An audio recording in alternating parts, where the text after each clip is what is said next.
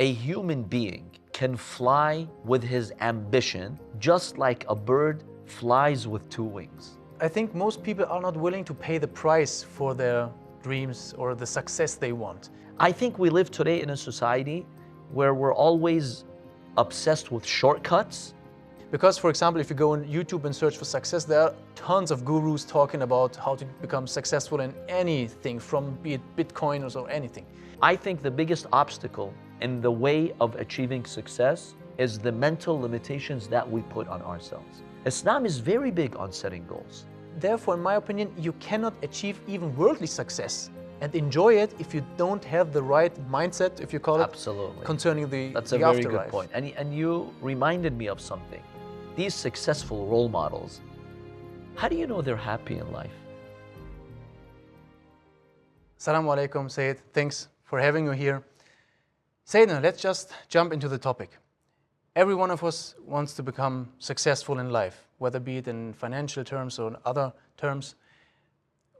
And we Muslims, we think that, or most of the Muslims think somehow that wealth, success, worldly success is somehow contradictory to spiritual success and being close to Allah and being a good mu'min.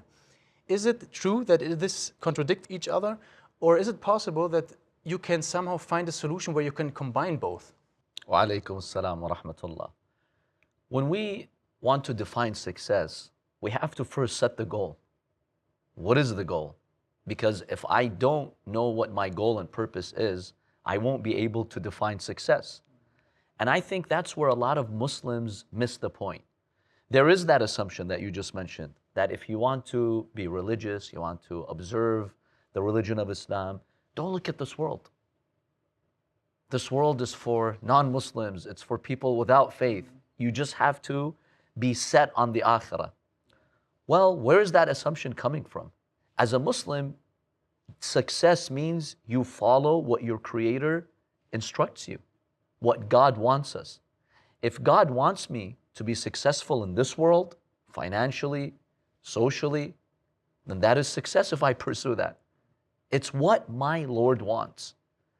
And when we look at the Quran, when we look at this, at the traditions of the Ahlul Bayt, the Prophet sallallahu alaihi wasallam, the Imams of Ahlul Bayt, they instructed us to balance this world and the akhirah. You have to be successful in this world. In fact, there's a hadith that says 9/10 of deen, religion, is in earning a halal income. That means you have to be mindful of having an income. It's recommended to work. Do you know every time you go to work, you make money, you're getting ajr, you're getting thawab, you're getting a reward. I think a lot of Muslims probably don't know this.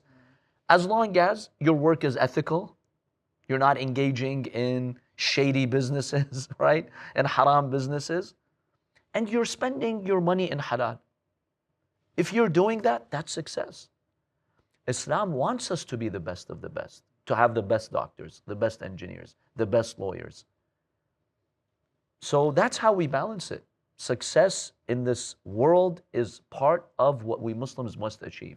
But could it be that this is only possible up to a certain degree of success? For example, if you want to be a good doctor or a successful lawyer, as you said, I think it's definitely possible. But if you pursue, for example, like many want to become a millionaire or billionaire, for example, yeah, you really have to put in everything you have. 90% of your day you have to put in this dream or vision you have. Is it then possible, or even if you achieve it, is it possible that you could be a billionaire? Or is the risk of being persuaded into sins more, or you know what I mean? It's a very fine degree, I think, that if you have reached everything, you have a Lamborghini, I mean, it's halal to have a Lamborghini if you have the money. But if you have all this, that it corrupts your soul, whether you want it or not.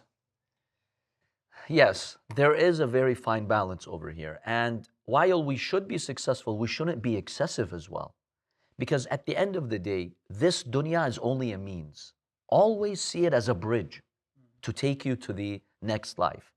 If you treat this world as a means, you're successful. If you treat it as an end goal, you'll never get satisfied and you'll drown. An example that I really like, and I think it really drives the point home, is the example of a ship and water. For a ship to sail, You need water. Without water, the ship is not going to sail. The more water, the better. If it's very shallow and you've got a big ship, it could be bumpy, it could be dangerous. So the water carries the ship. But let me ask you this. What happens the minute this water enters inside the ship? You have a problem. Sinks it, it kills it. See, this world carries you like water. The more the better, alhamdulillah. May Allah bless you for that. But the minute the world sinks your heart, captures your heart, and it becomes your end goal, you've drowned. So you have to use this world as a means, not as an end goal. If I am trying to become a billionaire for the sake of becoming a billionaire, that's not success in Islam.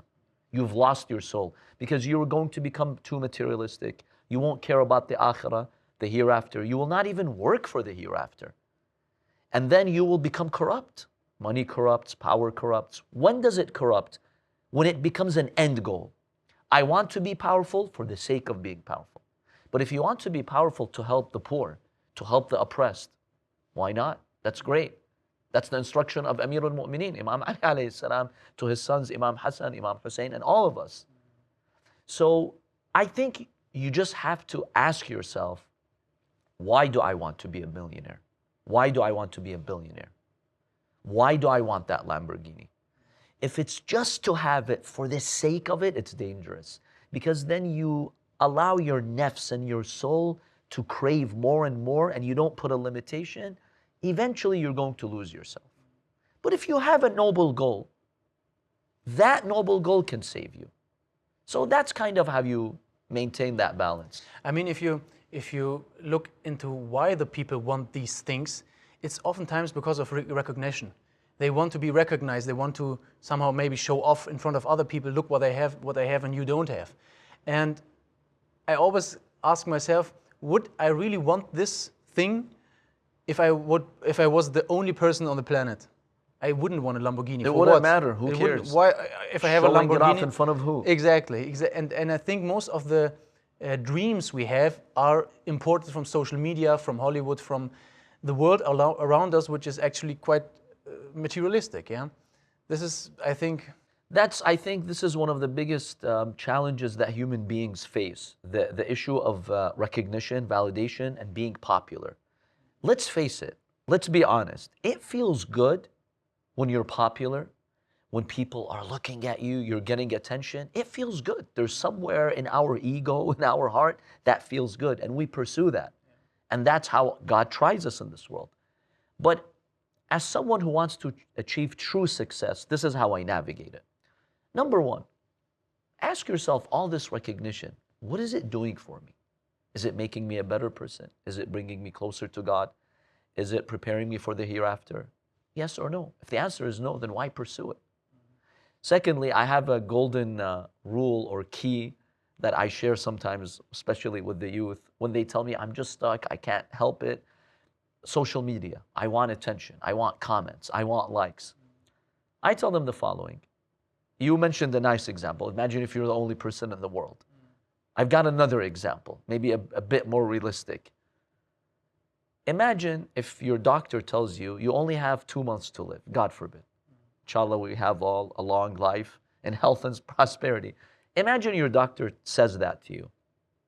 You know you have 2 months and you're leaving. Do you care now about what people say? Do you care how many likes and comments you got on social media?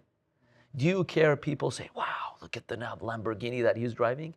Suddenly, everything stops making sense for you because now reality hits you and it's a reminder that this means nothing now that you're leaving this world. I think these reality checks are important for us. But yeah, that's something that we all struggle with, status. We love status. And then also, the second part of that, as someone who believes in God, true status comes from your connection with God.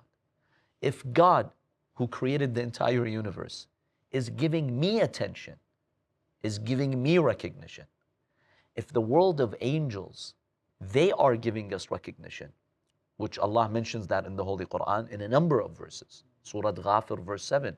You've got angels who surround God's throne. They give you recognition as a believer, as someone who does good deeds. If I have that recognition, who cares about the recognition of people on earth? Is that a big deal?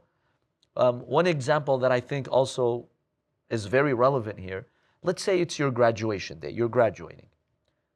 Who are the closest people to you that you want them to be celebrating with that graduation cake? Who? Family, parents, siblings. Parents, siblings, spouse, children, Yeah. right? Imagine they're there in the room, they're celebrating your graduation cake or birthday or whatever it is. And then you're told there is a group of ants in the corner there, and they're not celebrating with you. In fact, they're speaking negatively of you. Theoretical. Do you care? No, do you care? No, really, Who doesn't cares? matter. My mom's here, she's happy and proud. Dad is here, he's happy and proud. My spouse is here, my children, my siblings. I don't care if some ant is not celebrating.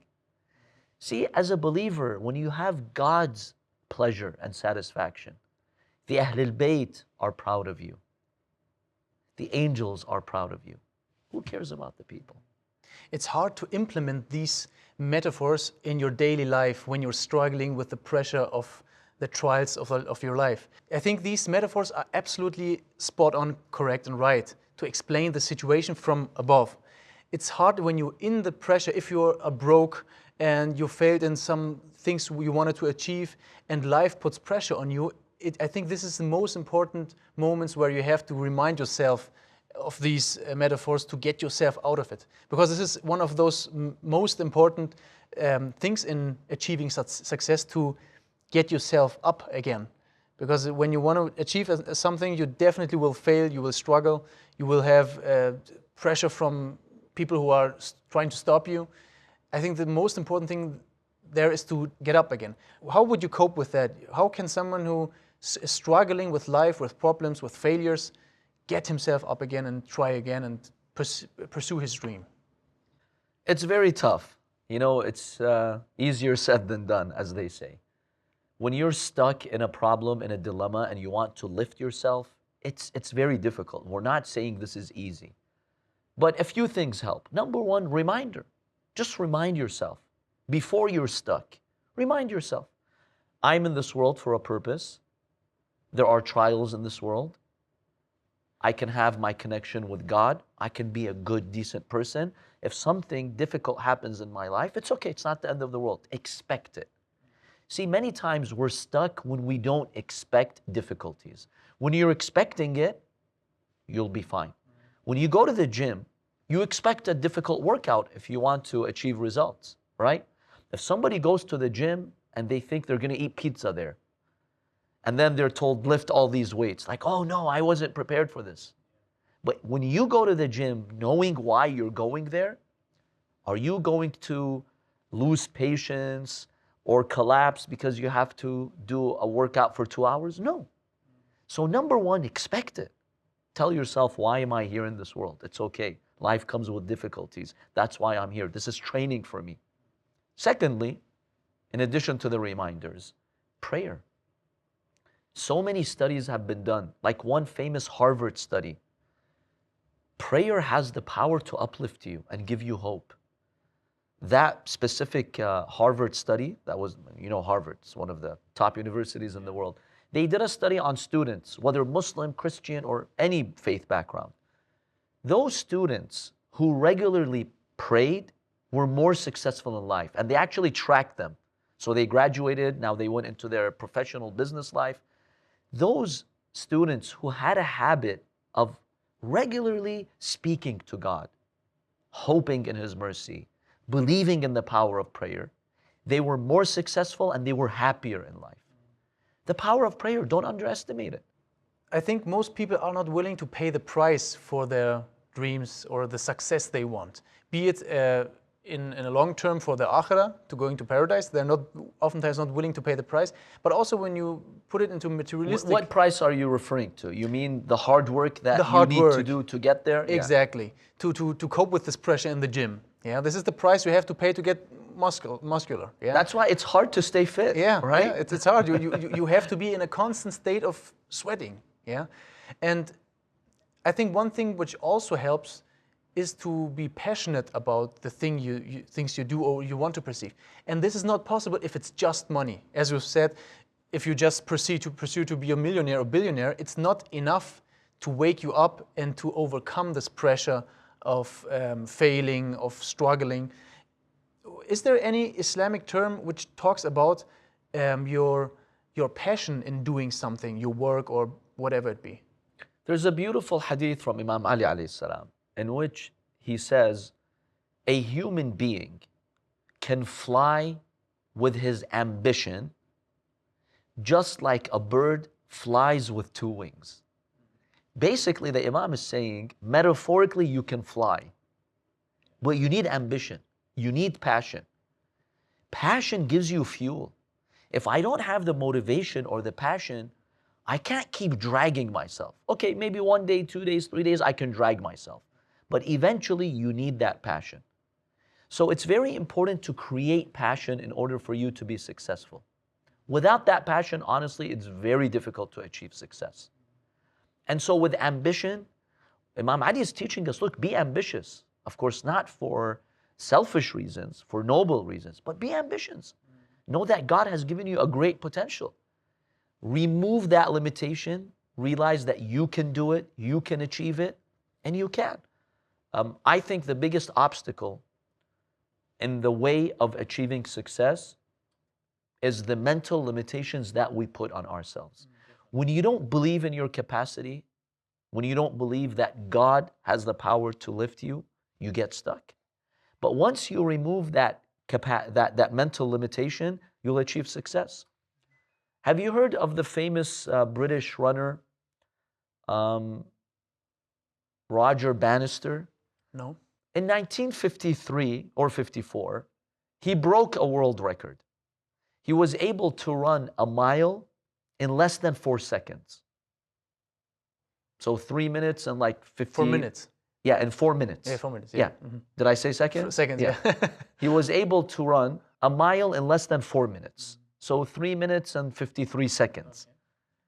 Before 1953, people thought it's impossible for the human being to be able to run a mile in less than 4 minutes. Like, we just don't have the capacity to do it. He achieved that record in 1953. Guess what happened after that? In the next 12 months, a year, over 12 runners were able to run a mile in less than 4 minutes. Question, what changed? The human body is still the same body. The mile is the same mile. It's not like the mile got shorter. What happened? Why all these runners, after this record was broken, were able to run, a mile in less than 4 minutes? Yeah. How would you analyze just that? the limitation in your mind which you put yourself in. Yeah. When I tell myself it's impossible, I just don't have the motivation. Believe that it is possible. So Islam encourages us to have passion, to be motivated, and there are a number of ways to do that. One is through the power of the visual. Sometimes you have to have a strong power of imagination. Imagine success. Ask Allah for success. Imagine the day of judgment. Imagine heaven. Imagine hell. Why does the Quran draw all these images? Because the Quran stirs your power of imagination. That creates motivation. That creates passion. Ask yourself, why am I here? What's my purpose? That can create also motivation and passion. But definitely, the fuel and the ingredient to success is passion. Without passion, it's hard to succeed. I think a lot of people have dreams. They want to achieve anything big. But the thing is, a dream is not specific enough, in my opinion. They want to become famous. Okay, in what? They want to become rich. With what? Just to become rich. And I think most of the people who talk about success, because I've experienced a lot of young people who tell me that I want to become successful, I want to become a businessman, and just for the sake of becoming a businessman. But most of the people just have dreams and not goals. One time, a very successful man said to me, a goal is a dream with a deadline. You have to specify the thing you want to achieve. Like you said, to visualize it in front of your mind where you want to go. I have a metaphor for it. Maybe this makes it somehow clear. Imagine now we're in Najaf, in the holy city of Najaf, and we want to drive to Baghdad. It's approximately 3 hours of ride. Whether you know the path nor I, and we have a car, and the headlights of our car shines for about 100 meters forward. We have no map, no GPS, no nothing. But we start driving. Do we doubt that sooner or later we will arrive in Baghdad? No. Yeah, we probably will get lost. Yeah, maybe it takes a day or two even, but somehow we will find our way to Baghdad, because this was our goal. Maybe you drive the wrong path, but you turn around, you ask your way. Eventually you'll find the way. You'll find the way, 100 meters for 100 meters for 100 meters. And then when you reach there, everyone says, how could you find the way to Baghdad? I can only see 100 meters afar. But if you have your goal in mind, you're not distracted by going the wrong way. You say, okay, I have to turn around and ask someone and go to my goal. And I think this is one of the reasons why a lot of people won't be successful, because they don't know where they want to go. They just want to drive. What does Islam say about having goals in life? Not just for the akhirah, but also worldly goals, achieving something big. Is there something what encourages us to have goals and thinking big? When it comes to setting goals, we've got the spiritual, religious dimension, and then we've got the worldly dimension. In the spiritual dimension, I think many Muslims are pretty much aware of what goals they need to achieve. Avoiding sins, paying charity, praying, going to the pilgrimage, reading the Holy Quran, not oppressing people. These are religious goals that I want to live in this world, obey God, please my Lord, and just observe what God has instructed me to do. But when it comes to worldly pursuits, it's a bit vague. Okay, where do I start? What am I supposed to do in this world? Islam is actually a religion that is big on setting goals. If you look at the rituals that we have, look at them from a logistical perspective. What do you mean? From a practical perspective, not from a spiritual akhirah perspective. Okay. You see that the rituals Islam gives us, they're aimed at organizing your life. So you don't live aimlessly. Yeah. The fact that you pray 5 times a day, and these 5 prayers are connected to the day and the night, and the time of sunrise and sunset and midday. You know how much science there's actually behind that? Basically, religion is telling you, look, you're not just this aimless creature in this world not knowing what to do. Organize your life. Have a planner. 5 a.m. you pray. Be mindful of sunrise. That's why Muslims throughout the year, we have an idea of sunrise and sunset. Maybe people out there don't really know what sunrise is. If you ask someone in Germany or in the US randomly, what time is sunrise today? A non-Muslim, do they even have an idea? Not really, yeah. I don't really know, Yeah. right? But a Muslim knows if you're observing and practicing. Islam wants you to connect you to nature, to organize your life, to have a planner. Because when you have a planner, you can focus on your goals. So Islam does encourage us to set goals and to be successful in society. If you look at the companions of the Imams, the companions of the Prophet ﷺ, whom the Prophet had a special relationship with, they had worldly goals.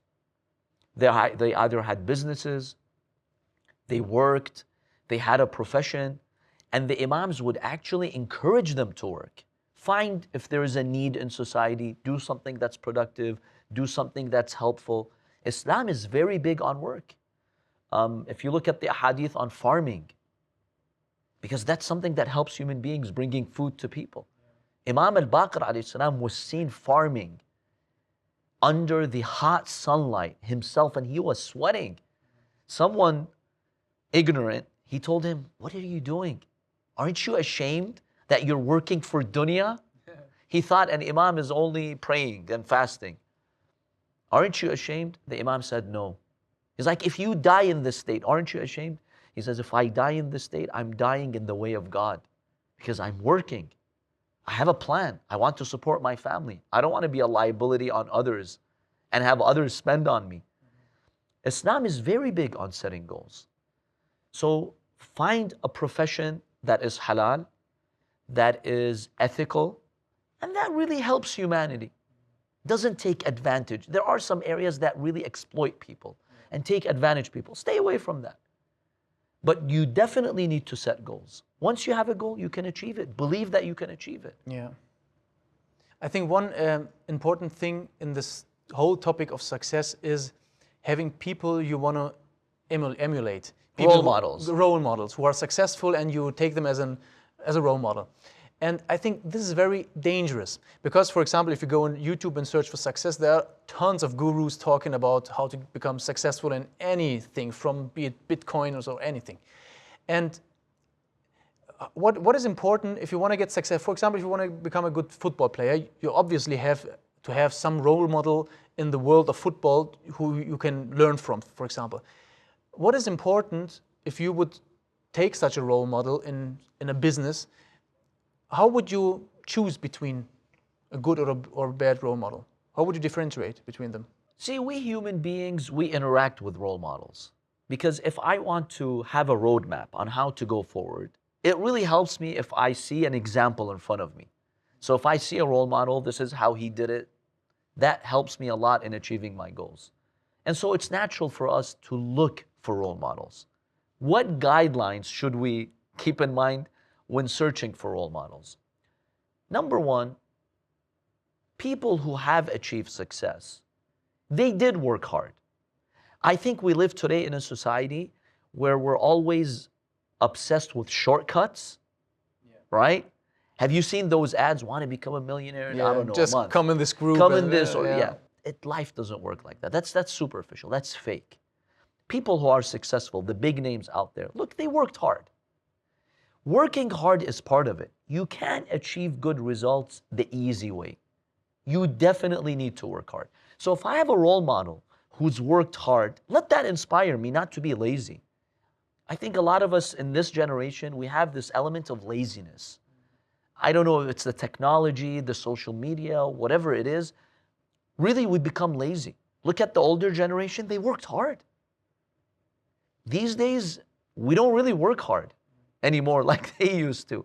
We just want to spoil ourselves and we want an easy way out. So when you're looking for a role model, look for someone who actually did work hard. I think that is really important. But that's not the entire equation. A lot of these gurus that you refer to, they basically tell you work hard, work as much as you can, 18 hours a day, 20 hours a day, and then you'll make it. No, that could break you. You're a human, you're not a rock. You're not a robot. A robot maybe can work 24 hours a day, but not you. A human being, you have to balance your work life, your family life, your spiritual life, your social life. It's all a balance. You have to protect your mental health. If your work is over-exhausting you and your stress level is so high, you're not achieving success. You're ruining your life. So number one is working hard.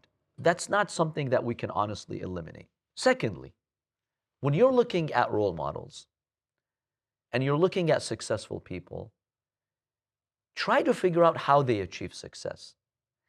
And you'll notice that many of them failed many times before they became successful. See, today they have this nice image that you see, this successful person. But do you know how many times this person failed to achieve success? I think we need to know that. It's good for your mental health because a child will fall many times before he or she can learn to walk. That's the case with everything in life. I remember once I was in Fort Myers, Florida for a program, and then I visited a museum over there. There was a section in that museum about Thomas Edison, the famous inventor. It was really nice checking out what he invented. By the way, he has a lot of inventions, not just the light bulb, right? Then there was a quote over there attributed to him that really caught my attention. Basically, Edison, in making a lot of these inventions, he would fail many times. Like 1,000 times he'd fail before, okay, now this works. So he has a really nice quote in which he basically said, I didn't fail 1,000 times. When somebody objected to him, you failed in the lab 1,000 times, like 1,000 experiments, they all failed. He said, I did not fail 1,000 times. I discovered 1,000 ways that don't work. That's knowledge. Yeah. When you know this path does not take me there, that's valuable information. And I think it's very important as you're finding these role models, focus on this aspect. People who failed many times before they achieved success. That gives you motivation, that gives you hope. Keep trying, don't give up. What's in common in all of these successful people? They don't give up. Don't give up. I failed today, it's okay.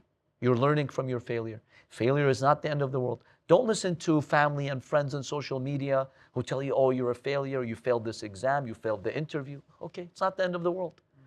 Once I had a young man who came to my office in the US. He told me, Sayyid, I'm suicidal. Young man, very decent. He seemed like very, just a good personality. I told him why. He's like, I've studied in pharmacy school and my family, they saved money to pay for it. And I took the exam. I think they call it the NAPLEX exam over there. He said, I failed it. My family, my friends, everyone's telling me, oh, you failed. Oh, it's a lot of pressure. It's a lot of pressure. Your parents, all these years, they've been saving, and now you failed. What were you doing? And by the way, he was a serious student. It's not like he was partying. Yeah. Sometimes I party and I fail. Okay, that's my problem. Why did you party? Sometimes you take things seriously. You just fail. He told me, Sayyid, I'm suicidal. I can't deal with this world anymore. I told him, brother, you're only 21, 22 years old. You failed. That's not the end of the world. I told him, God, the day He created you and your soul, did He create you for the NAPLEX exam? Yeah. Why are you summarizing your whole existence in an exam? That's unfair. You're doing injustice to yourself. Life is much bigger than that. Okay, you failed in this area. First of all, there's many chances to succeed. I know a lot of people who took the exams twice, three times. Eventually they succeeded. Secondly, maybe this path is not for you. You're so young. There's a million things you can do. So I think sometimes the fear of failure or failure itself demotivates us and destroys our life and stops us from success.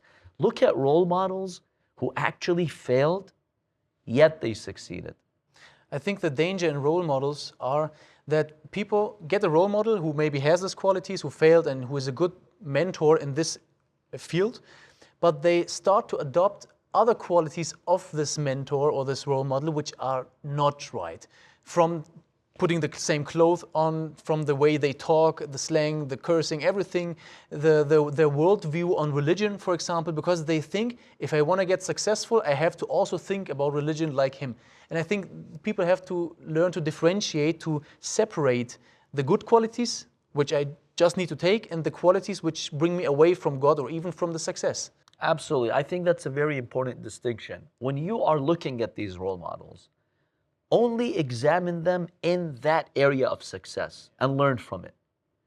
But if there are other disturbing aspects, you have to stay away from them. I'll give you an example. Let's say there's a billionaire that you admire, but he's a pathological liar. Does that mean lying is okay? He's a child molester. Does that mean child molestation is okay now? He's a narcissist. He's arrogant. He's abusive. He's toxic. Does that mean that all this is okay right now? Obviously not. So look at why they became successful, what they did, but these other disturbing sides, views, personality traits, you have to make a very clear distinction. So don't worship these idols. And in fact, they have become idols. Sometimes role models, they become idols. The American Idol, right? Yeah, exactly. Honestly, they become idols. You start imitating them. You start acting like them. You start thinking like them. That's very dangerous. If you want to take role models unconditionally like that, you can only take those who are infallible. The Prophet, the prophets, the Ahlul Bayt, peace be upon them, these righteous individuals, you're safe with them. Others, you have to use your discretion. What area am I being influenced by? What area am I not being influenced by? I think that's really, really important. talking about the prophets and the Ahlul Bayt who also had a lot of success in their life, but also most trials than any of us. I think in some situations we try to say, okay, I'm going through trials in my life, and so did the Prophet. But on the other hand, you maybe Shaitan comes to you. He's just waiting for such opportunities to attack your worldview. He maybe comes and says, okay, but the prophets knew the future. They knew the paradise. They could see it. They knew this is a test. They have another set of information we don't have.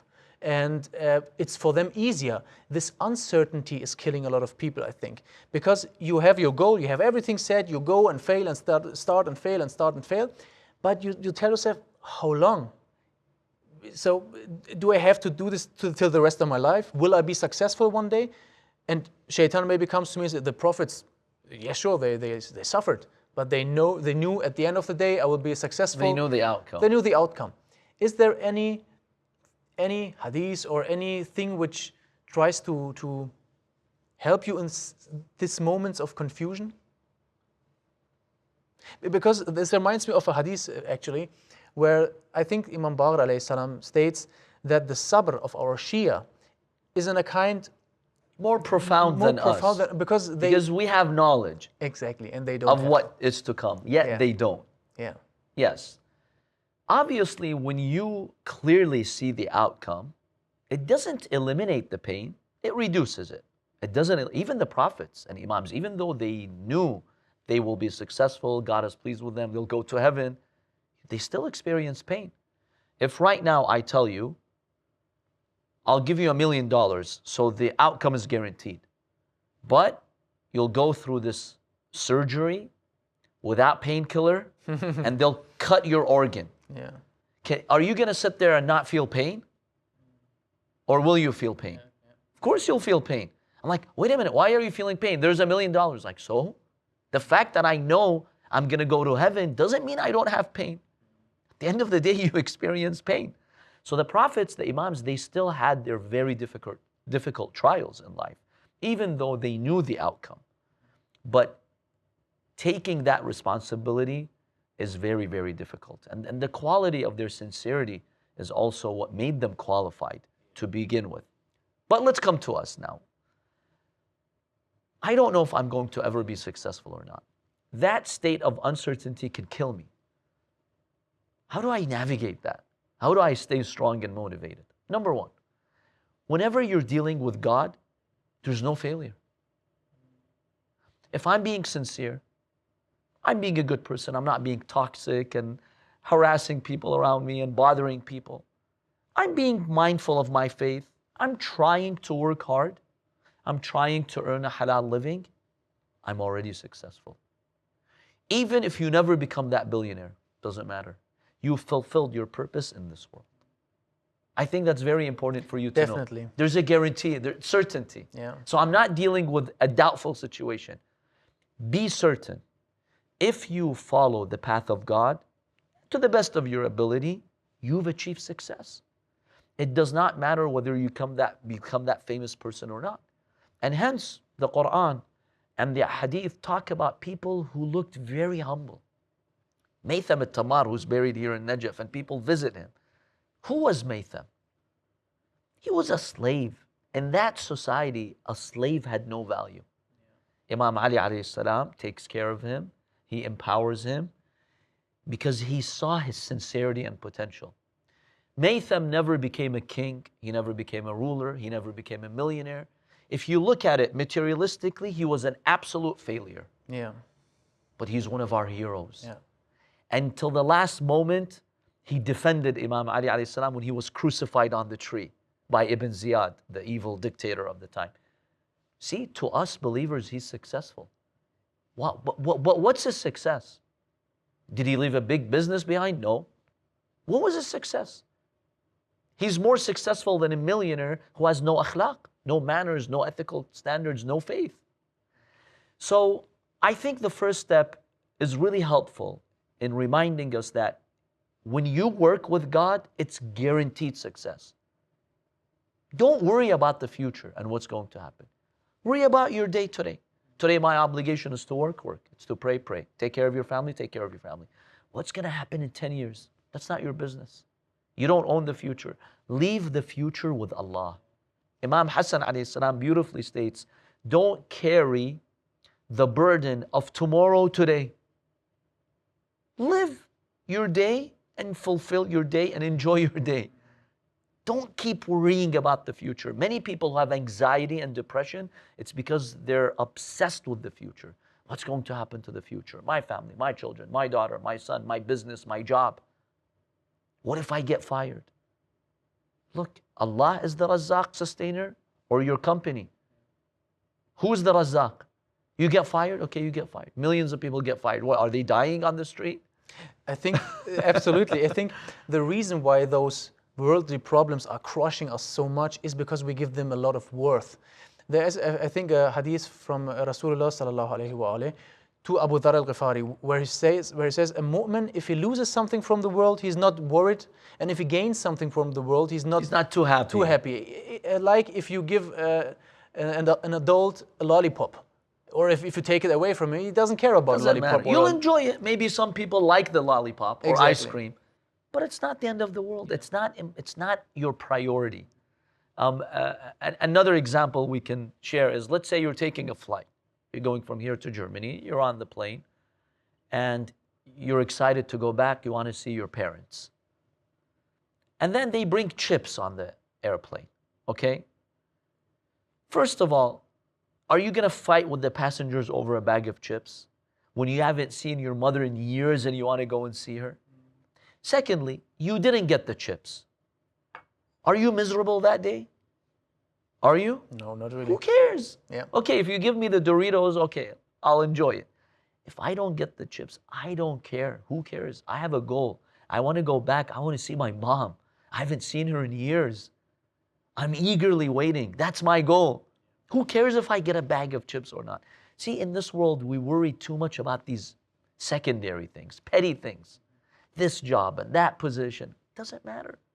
And this is so beautiful because all those gurus, they only talk about success in life.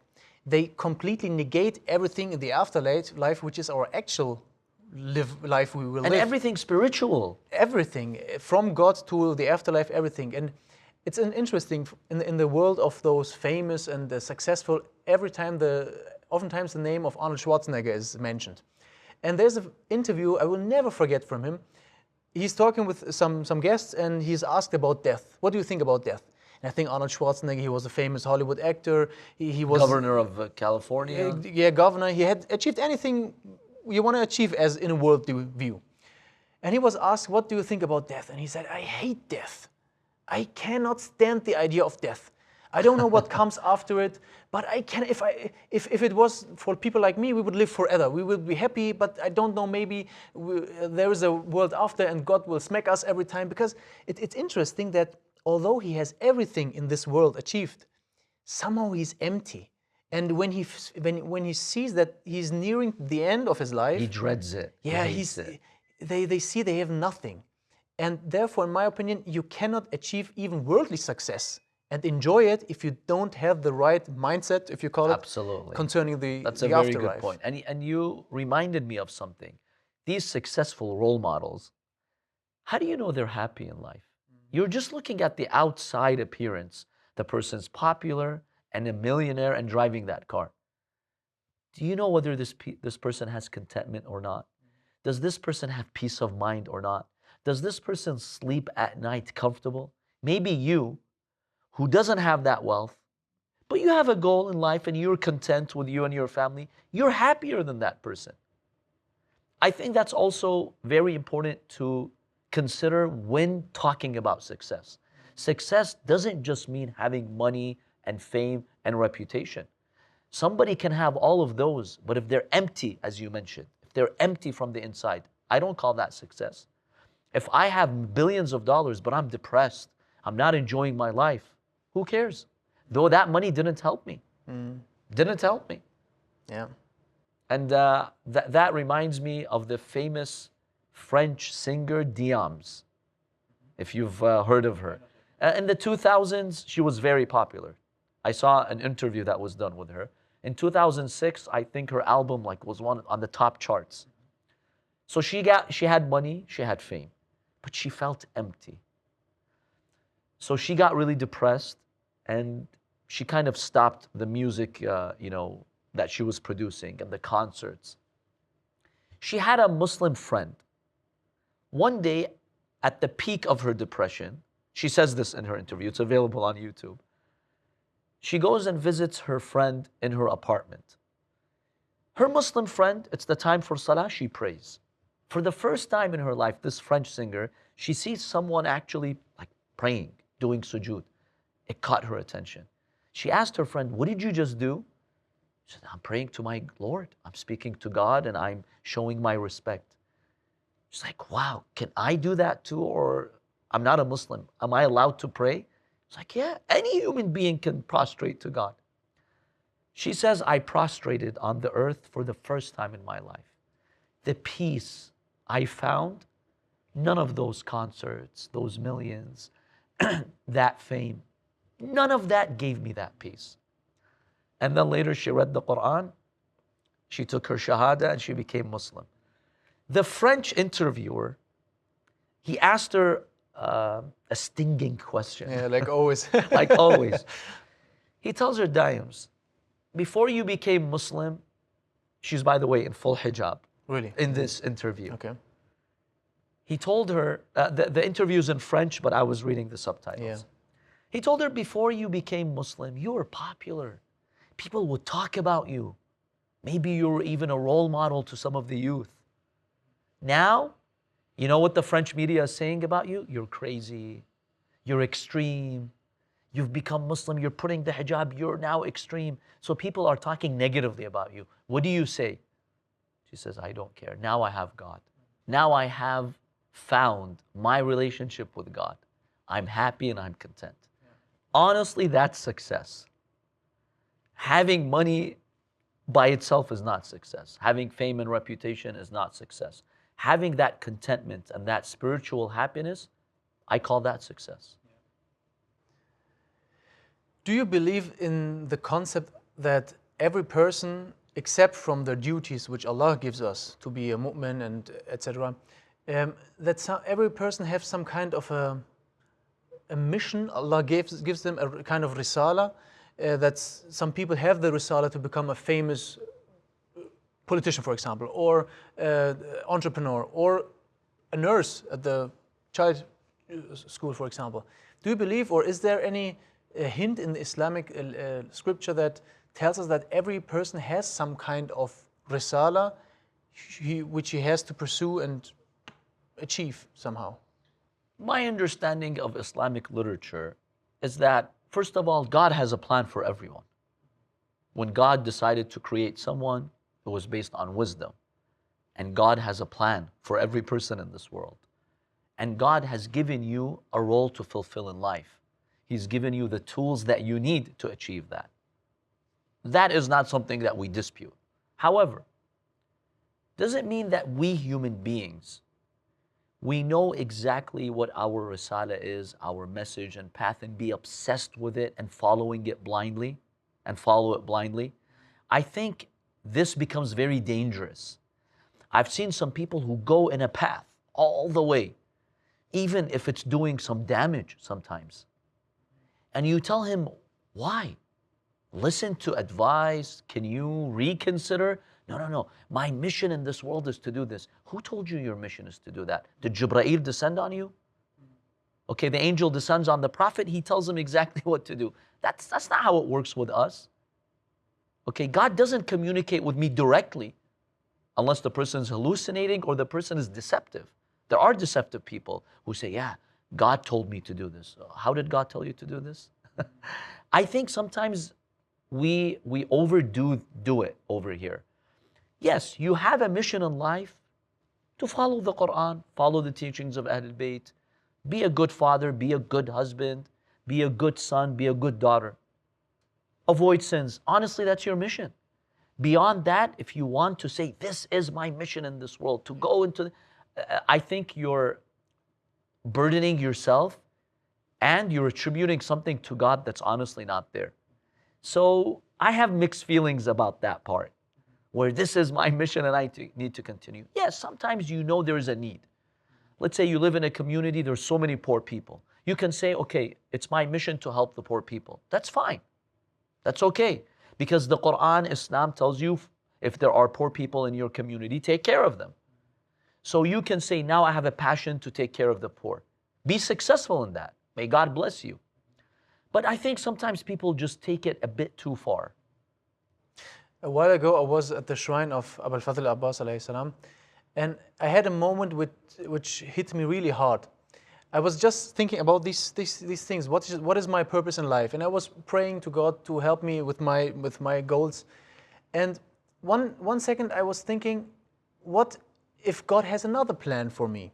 And I was thinking of Abul Fazl Abbas. If you see Abul Fazl Abbas from an objective view, you would say his main mission was to fight at Karbala and to kill everyone. And if he did so, maybe Karbala would have had a happy end, maybe, because he was famous for his courage. But at the end, Allah wanted Abul Fazl not to fight, but to get the water. His mission was not the sword, but it was the mashk, the water, which was ripped apart. And I think, had Abul Fazl Abbas fought on this day, maybe, or perhaps definitely, his maqam, how can you say it? He wouldn't have completed his mission as like with the bag of water. And this reminds me that we have to trust in Allah. We have to have our missions, our visions and goals, and pursue them and work hard for them. But at the end of the day, if it doesn't work out, maybe Allah has a plan for you which completes you more than you ever think your first plan would have done. Absolutely. Sometimes you're working toward a goal. But let's say Allah subhanahu wa ta'ala does not see this is the best for you. He's got a better plan. Always be open to plan B and plan C. Say, Ya Allah, I am working hard. I believe this is a good path for me. But I'm not stuck. I don't worship my path. I don't worship my career. I don't worship my business like some people do. I am open to anything that's better. So, Ya Allah, you guide me. Trust God. And if something suddenly happens out of the blue that changes your whole circumstance, don't be upset. Say, Allah's opening another path for me. I think you cannot really achieve true success in this world on the Day of Judgment spiritually without trusting God. Trusting God means I don't necessarily know what's going to happen to my life 5 years from now, 10 years from now, 20 years from now. But I know I'm in safe hands. That I can guarantee. Look at Prophet Yusuf alayhi salam, the most beautiful story in the Quran. At that young age, what happens? His brothers gang up on him. They try to kill him. Then they throw him in a well. Then they sell him as a slave. Then the whole problems start with Zulaykha. And then he's imprisoned. But Allah has a plan for him. But because he's a prophet, he never broke down. He never said, God, what's this miserable life? What do you want from me? As some people, say, like, God, what do you want from me?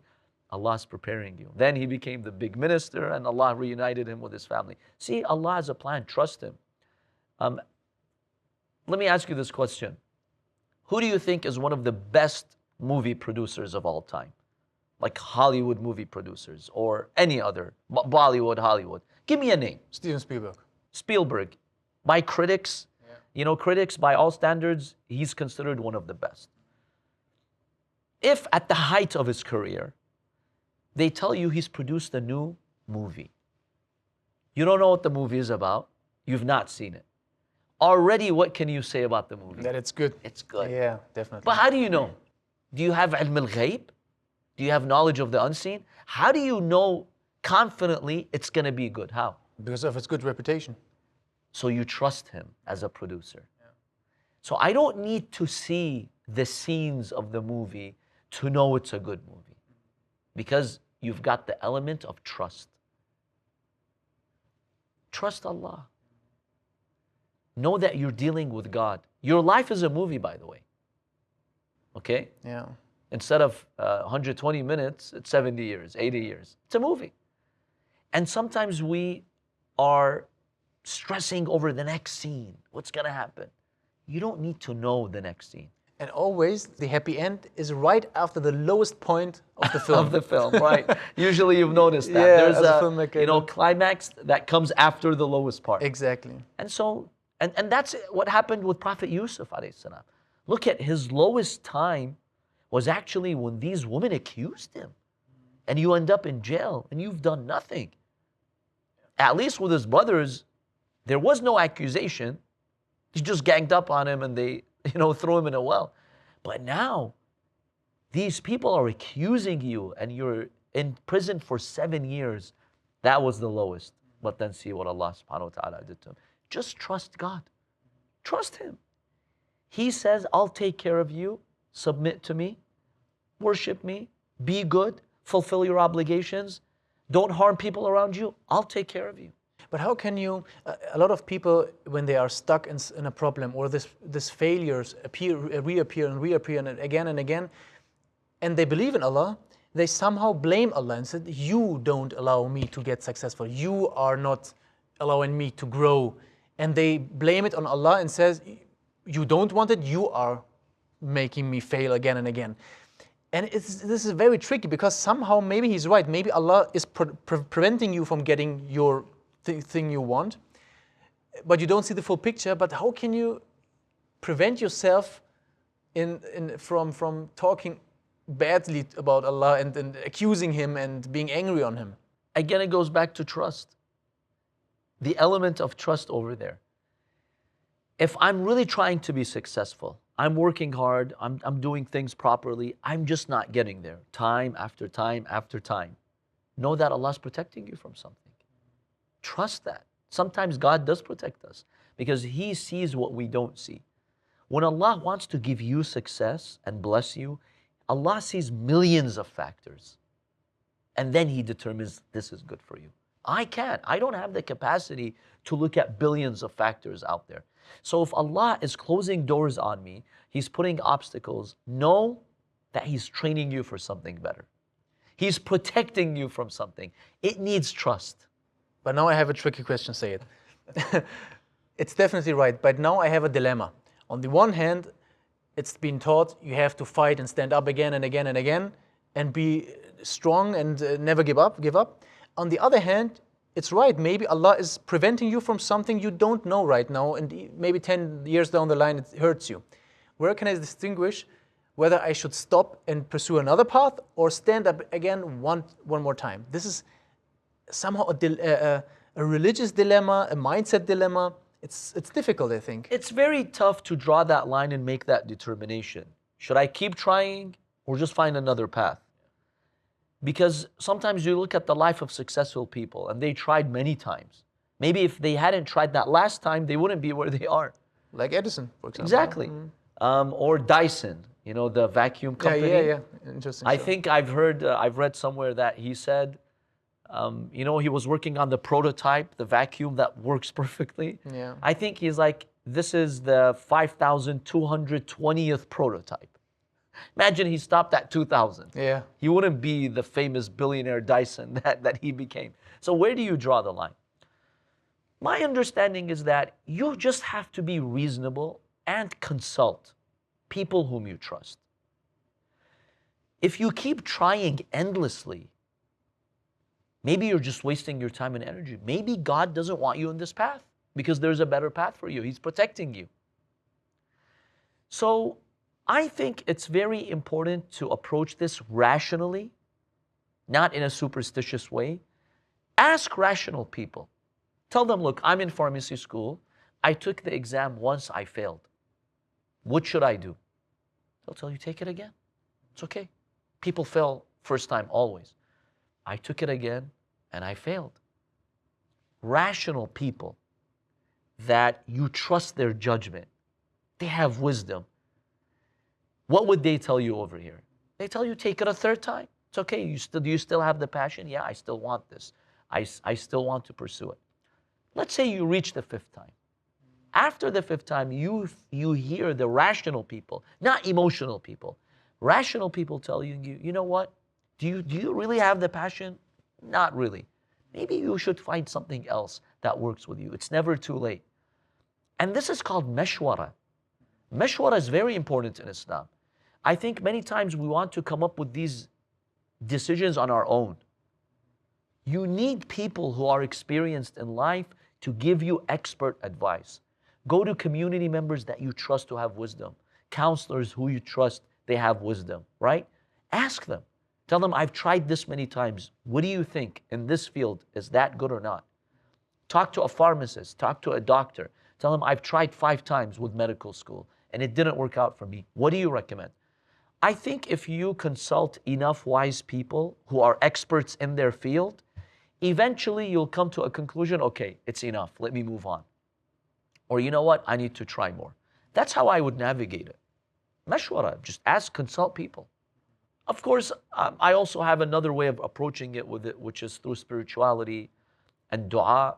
And we have a salah called Salat al-Istikhara, which comes from the word khair, because istikhara has multiple meanings.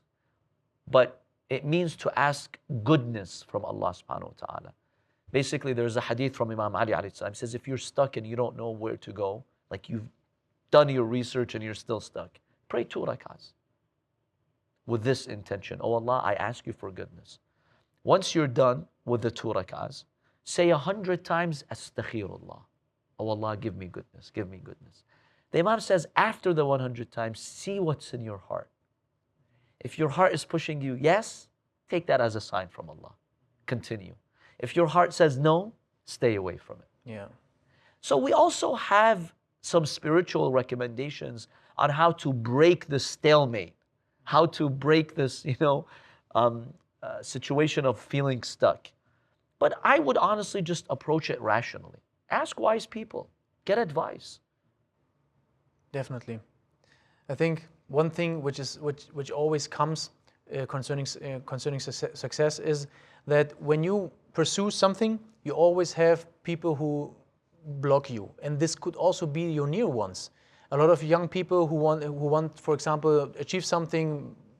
Their own parents say, no, don't do this, go studying and go this, and maybe he wants to become a big businessman, which is good, but maybe sometimes foolish. And I think when can you, or how can I frame it? In which moments you should hear on people who are not experts in your dream, and when you have to neglect their advices and go for your own thing? The first thing I do is hear them out. Let's say I want to go into a path, my parents are not encouraging me. The first step is genuinely listen to them. Your parents, at the end of the day, have more experience than you do. They've been around longer than you have been. They've got more understanding of life than you do. I think we need to humble ourselves and know that our parents understand life possibly better than us. Even though they come from another generation, they've got a lot of experience. Hear them out. Write down the reasoning they're giving you. Ask them. Tell them, Dad, Mom, you don't believe this is good for me. Medical school is not good for me. Tell me why. Can I hear out your reasons? Write them down. 1, 2, 3, 4, 5. Look at the pros and cons. Talk to experts. And at the end of the day, make an informed decision. So even people around you who are not necessarily experts, they still have some understanding of life. Let's say your mom tells you, look, I have friends who are doctors, and honestly, their life is stressful. You want to be a surgeon? Great, but look, it's a stressful life. You won't have much time for your wife, for your children. You get called in the middle of the night. I just don't think that's good for you.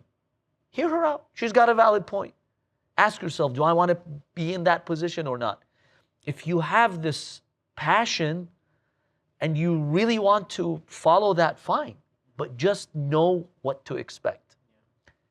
The second part of that, whenever you make a decision, don't act on your current emotional state. Wait a few months. When that excitement dies down, then ask yourself, do I still want to pursue this path or not? That way you get a reality check and you'll know whether you genuinely want it or not. Because we human beings, we tend to get excited. On the spot, I get excited, I want to continue that path. Wait a month, wait 2 months from now, because feelings change. If you feel intellectually passionate that you want this path, go for it. If it's more of an emotional excitement, emotions are deceiving. They come and go. So hear them out, your friends, your family. If they've got advice for you, write it down, look at it, research it, talk to experts, and then at the end of the day, make an informed decision. I wouldn't just dismiss what people tell me, but don't get stuck on what people tell you. Because I know some people, they're always stuck because they're listening to people and they just can't move. Listen to them, write them down, talk to the experts, and go, move. Don't keep getting stuck to what this person said and what that person said, because then you will feel tired, you'll feel exhausted, you'll get stressed out. And then once you've made a decision, you've asked Allah for help, you have a roadmap, just continue. Don't keep listening to people left and right. Just continue. Have tawakkul on Allah. You've done your research and you believe this is good for you. Continue. At the end, my last question.